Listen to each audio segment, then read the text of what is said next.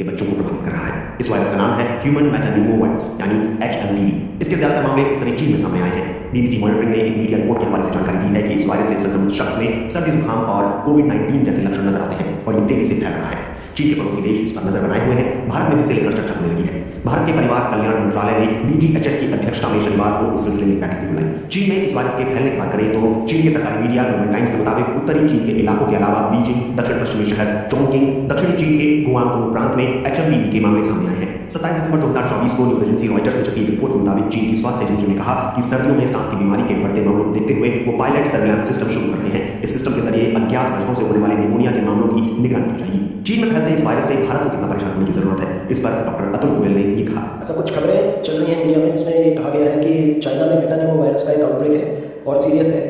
हमें ऐसा नहीं लगता है इन द सेंस कि यहाँ पे मेटान्यूमो वायरस एक नॉर्मल रेस्पिरेटरी वायरस है जो जुकाम जैसे बीमारी करता है। कुछ लोगों में फ्लू जैसे सिम्टम्स हो सकते हैं, खासकर जो बहुत बूढ़े लोग हैं या बहुत 1 साल से कम उम्र के बच्चे हैं।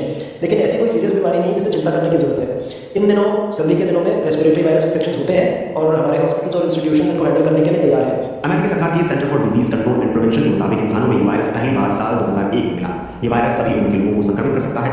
इस कारण मरीज को बुखार, खांसी, नाक बंद होना और सांस लेने में परेशानी हो सकती है।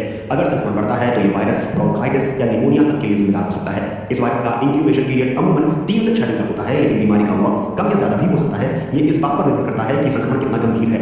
खांसी और छींक के दौरान निकलने वाले थूक के कणों से वायरस फैलता है। संक्रमित व्यक्ति से हाथ मिलाने, गले मिलने या एक दूसरे को छूने से भी फैल सकता है। डॉक्टर कहते हैं कि ये वायरस भारत में पहले से ही सर्दियों में आता रहा है। ये जो वायरस है ये इंडिया में पहले से ही कई बार सर्दियों में आता है और अभी तक जो भी इसके केसेस हमने देखे हैं वो माइल्ड होते हैं। इस वायरस की वजह से अस्थमा के पेशेंट्स, COPD और क्रॉनिक लंग डिजीजेस के पेशेंट्स को एक्सैसरबेशन ऑफ उनके सिम्टम हो जाता है। उनकी ब्लड प्रेशर बढ़ जाती है, बुखार आता है, तो डिजीज़ को ये इरिटेट करता है। बट ज़्यादा मेजर इसके फॉर्म नहीं नज़र आते हैं। मोस्टली ये जो इंडिया में हमने देखा है मेटान्यूमो वायरस का